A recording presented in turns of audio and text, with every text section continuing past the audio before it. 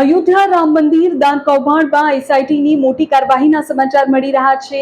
Bank અધિકારીઓની મિલીભગતની શંકા છે। એસઆઈટી દ્વારા કડક પૂછપરછ શરૂ થઈ ગઈ છે।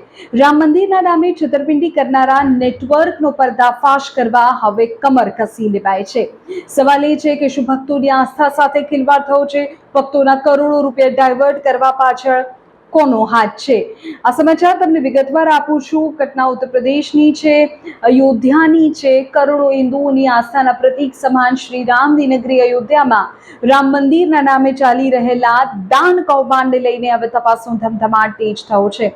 રામ મંદિર ટ્રસ્ટના નામે આવતા દાનમાં થયેલી છેતરપિંડી મામલે હવે એસઆઈટી એક્શન મોડમાં આવી ગઈ છે, એટલે કે સ્પેશિયલ ઇન્વેસ્ટિગેશન ટીમ।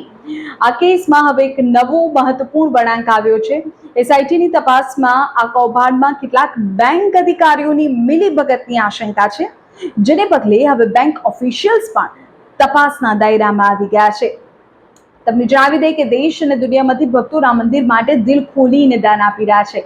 આખા વિશ્વના રામ ભક્તોના દાનથી આ મંદિર નું નિર્માણ થયું છે। ડિજિટલ ટ્રાન્ઝેક્શન અને ચેક દ્વારા આવતા દાનના નાણાં અસલી ખાતામાં જવાને બદલે ફેક એકાઉન્ટ્સમાં ડાયવર્ટ કરવામાં આવતા હતા।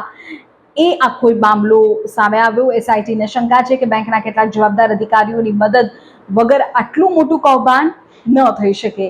કેવાયસી વેરિફિકેશન વગર જ નકલી નામે ખાતાઓ ખોલવા અને શંકાસ્પદ ટ્રાન્ઝેક્શન પર નજર ન રાખવા બદલ હવે એસઆઈટી દ્વારા બેંક કર્મચારીઓની પણ પૂછપરછ શરૂ કરી દેવામાં આવી છે।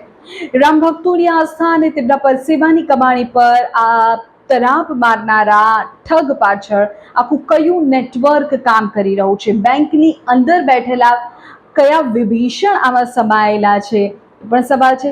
ટૂંક સમયમાં તેનો પર્દાફાશ થશે તેવું એસઆઈટીના સૂત્રો કહી રહ્યા છે। યુપી સરકાર પણ આ મામલે કડક વલણ અપનાવી રહી છે। રાજનીતિ આ મામલે તેજ છે। દોષિતો સામે રાષ્ટ્રીય સુરક્ષા કાયદા હેઠળ કાર્યવાહી પણ થઈ શકે છે। આ કૌભાંડને લઈને આગામી સમયમાં શું અપડેટ આવે છે તે જોવું રહ્યું।